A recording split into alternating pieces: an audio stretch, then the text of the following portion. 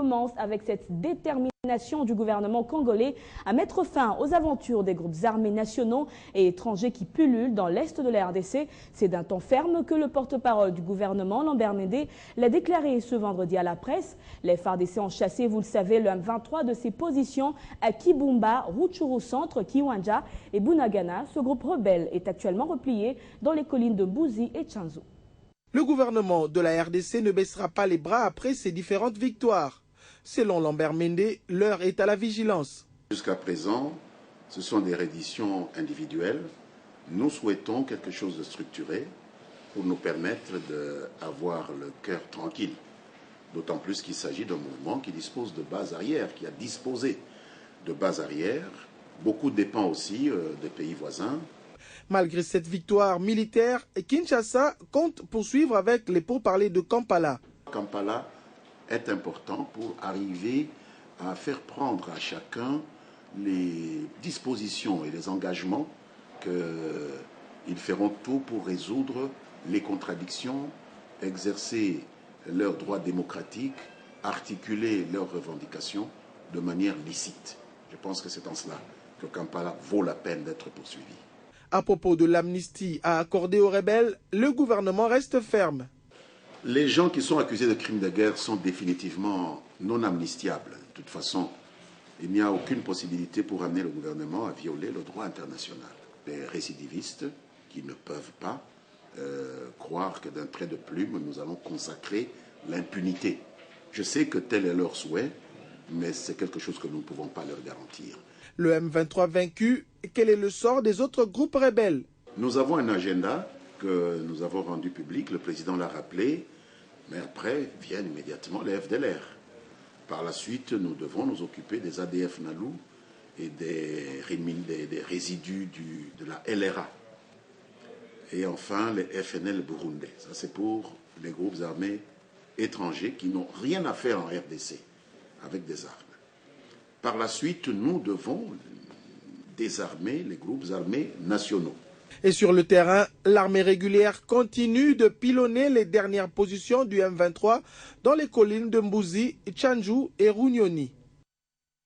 Et après les défaites militaires infligées à M23 par les vaillants militaires des FARDC, victoire annoncée par le président de la République Joseph Kabila, les félicitations et encouragements à l'armée régulière proviennent de partout. Les derniers, c'est la déclaration de la majorité présidentielle que je vous propose donc de suivre.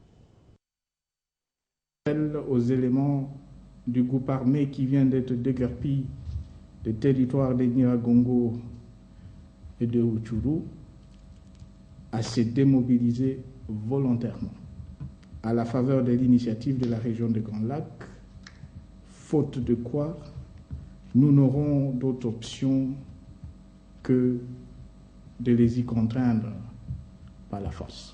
C'est à cette occasion historique que la majorité présidentielle présente ses sincères félicitations au président de la République, Joseph Kabila Kabange, ainsi qu'aux vaillantes forces armées de la RDC, les FARDC, en leur assurant son soutien inconditionnel. La majorité présidentielle apprécie à sa juste valeur la clairvoyance stratégique du chef de l'État pour avoir restauré et jeté les bases d'une paix durable à l'est de notre pays en privilégiant avec sagesse les voies du dialogue politique et des négociations diplomatiques avant de lever de manière déterminante l'option militaire.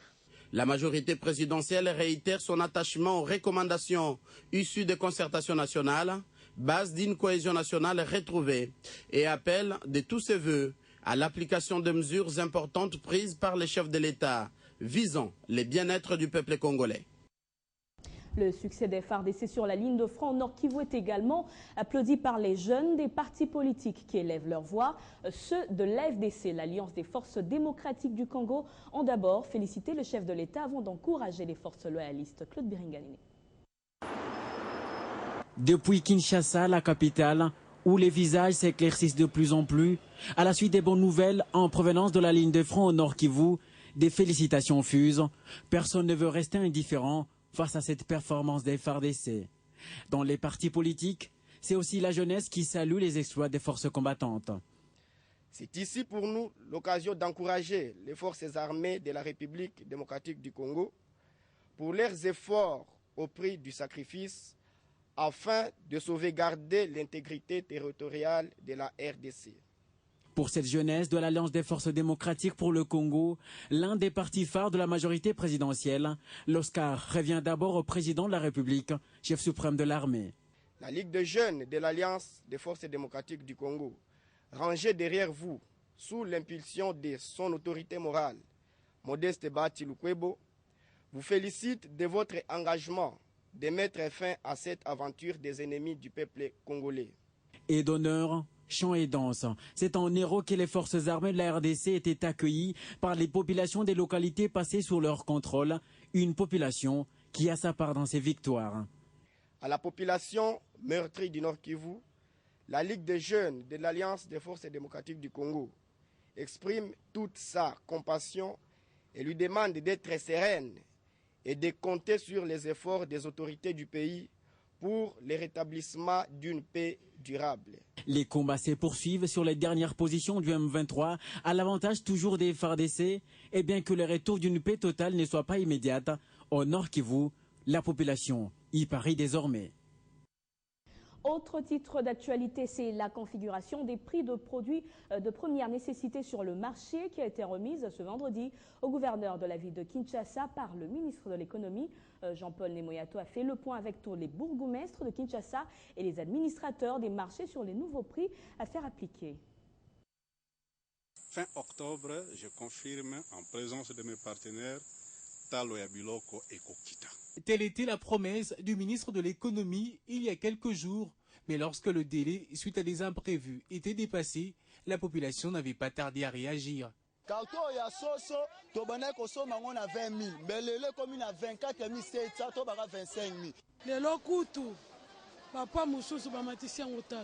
Aujourd'hui, Jean-Paul Nemoyato a réussi presque son pari.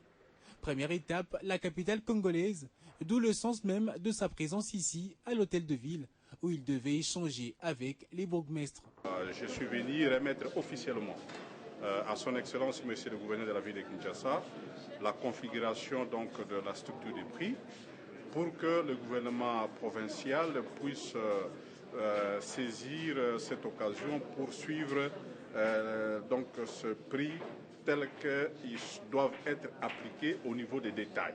La structure des prix remise a été négociée avec la Fédération des entreprises du Congo et ses membres. Il a fallu au ministre des jours et des jours à la recherche des solutions à travers notamment l'étude MENA Finance qui a démarré en octobre 2012 avec entre autres comme objectif de poser le diagnostic et de formuler des pistes de solutions aux problèmes. Déjà sur base des recommandations après étude, il a été procédé à la correction des structures des prix de 5 produits, le chinchard, le riz, le poulet, le ciment et le sucre. En rapport avec le lait et l'huile, les prix sont en cours d'élaboration. À ce jour, un comité de suivi des structures des prix recommandé par les concertateurs pour renforcer les mécanismes de surveillance de prix sur les marchés est déjà opérationnel.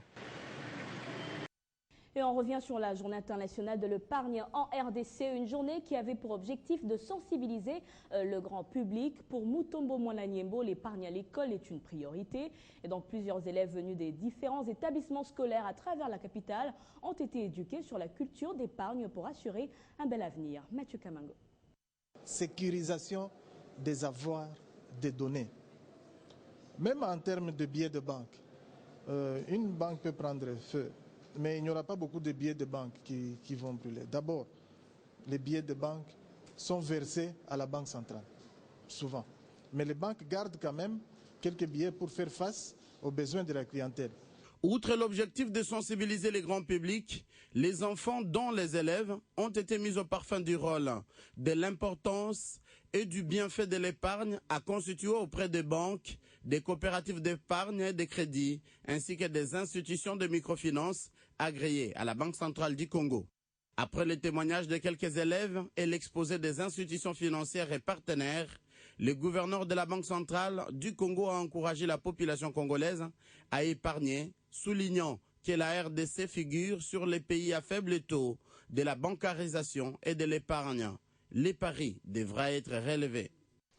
Je me réjouis principalement de la présence en ces lieux de nombreux élèves encadrés aussi bien par leurs parents que par leurs enseignants, étant donné que la jeunesse demeure la principale cible de cette campagne d'éducation financière de la population congolaise sur le rôle, l'importance et les bienfaits de l'épargne ainsi que les services offerts par les institutions financières du pays. Une journée de sensibilisation à l'Institut de la Gombe, occasion pour Mutombo Mwananyembo de recommander au ministère de l'EPSP et au comité des parents d'organiser la collecte de l'épargne dans les établissements scolaires et introduire dans les programmes scolaires à venir un module d'enseignement dédié à l'éducation financière et à l'épargne en RDC.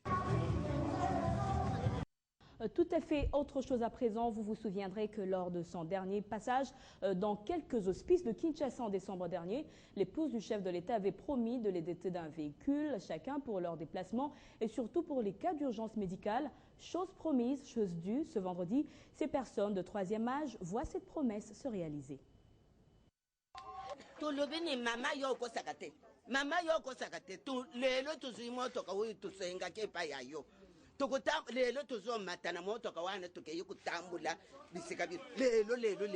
Ce qui était hier une promesse est désormais pour ces personnes de troisième âge une réalité. Ces 4x4 leur sont fournis par Olive Lembe Kabila. Et tous ici attendent bien évidemment sa venue en personne.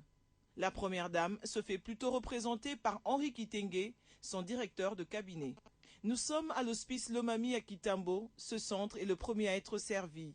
Yango pona correspondre na bosenga na bino bosenga kae atiminga ina ya kotikela bino mutuka. Le geste est répété un peu plus loin à l'hospice de Kabinda dans la commune de Lingwala avant que la délégation ne boucle sa ronde au Homme de Vieillard Saint-Pierre dans la commune de Kinshasa. Ces Jeeps 4x4 sont au service des personnes de troisième âge et non des administratifs, a rappelé l'envoyé de Marie-Olive Lembe Kabila. Et puis un invité dans ce journal, c'est Jean-Léon Boncher. Il est directeur général de l'entreprise de télécommunications Orange. Avec lui, on fait le point sur un nouveau produit lancé jeudi par Orange sur le marché. Bienvenue. Bonsoir. Alors, vous avez lancé un pack Orange Pixi, c'est ça, jeudi. Pouvez-vous nous en parler un peu plus, connaître les avantages, à quoi est-ce qu'il sert? Tout à fait. Bon, écoutez, c'est une nouveauté que Orange lance pour justement donner l'accès aux plus jeunes sur un téléphone le moins cher, qui est un smartphone le moins cher de la République démocratique du Congo pour l'instant, 70 000 francs congolais. Seulement pour l'appareil, un Alcatel de très bonne qualité, clavier tactile et compagnie. Avec une offre Orange, vous avez des minutes, 360 minutes gratuites, vous avez 1200 SMS, 2.4 gigas d'internet disponible. Vraiment un appareil qui m'a séduit, qui est vraiment génial, destiné essentiellement aux jeunes ou aux moins jeunes qui veulent avoir un accès aujourd'hui sur notre réseau 3G+, de qualité à Kinshasa, à Goma, à Bukavu, à Matadi et à Lubumbashi. Alors, parlons quand même de ces décisions de l'RPTC relative au tarif plancher Orange et RDC. Applique-t-elle, comme les autres opérateurs, la décision du gouvernement? Oui, tout à fait. Alors, Orange RDC est une entreprise qui respecte les lois et les règles du pays dans lequel elle travaille. Et effectivement, nous respectons cette règle qui est pour nous très importante. Ce n'est pas le cas de tous les opérateurs, malheureusement, et j'entends parler sur beaucoup d'antennes des choses assez violentes à ce sujet. Je trouve que le débat n'est pas là. Je pense que la règle existe, on la respecte tous. Le débat, il doit être sur le terrain commercial. Mettons-nous sur le commerce à faire vraiment la guerre au niveau des terrains, mais pas sur la guerre de la réglementation. Je pense aussi que l'État doit faire respecter cette règle à tous les opérateurs. Alors, dernière question, M. Boncher. Ces dernières semaines, le ministre Kinké Moulumba a démantelé un certain nombre de réseaux mafieux utilisant des SIM-box. Est-ce que vous avez été victime? Alors, nous, on est victime par la cause de ces SIM-box. Pourquoi? Parce que les SIM-box, c'est en fait une déviation du trafic international entrant qui nous échappe, dont nous n'avons pas de revenus là-dessus, et qui atterrit sur nos réseaux d'une manière fallacieuse. Donc, effectivement, nous soutenons complètement ces attaques, cette recherche par l'État aujourd'hui sur les SIM-box pour les arrêter, parce que ça nous est très préjudiciable. Et également, j'ai entendu beaucoup de choses, je pense qu'on fait de l'amalgame, on dit que les opérateurs sont complices. On n'est pas du tout complices, on est victime, comme l'État, de ce problème de SIM-box. Et qu'est-ce que vous faites pour dénoncer justement ces réseaux mafieux? Eh bien, écoutez, on essaye de participer avec l'État à des actions. Donc dès qu'on trouve des numéros qui sont suspects, on les coupe immédiatement par des systèmes de logiciels. Et après, si on peut, on essaye de les dénoncer auprès de l'État. Merci Jean-Léon Bonnecher pour toutes ces précisions. Je rappelle que vous êtes le directeur général de l'entreprise de télécommunications Orange. Merci beaucoup à vous. En sport, sachez que le stade des Martyrs, un des plus grands du continent africain de par sa capacité à célébrer ses 20 ans d'existence le 14 octobre dernier.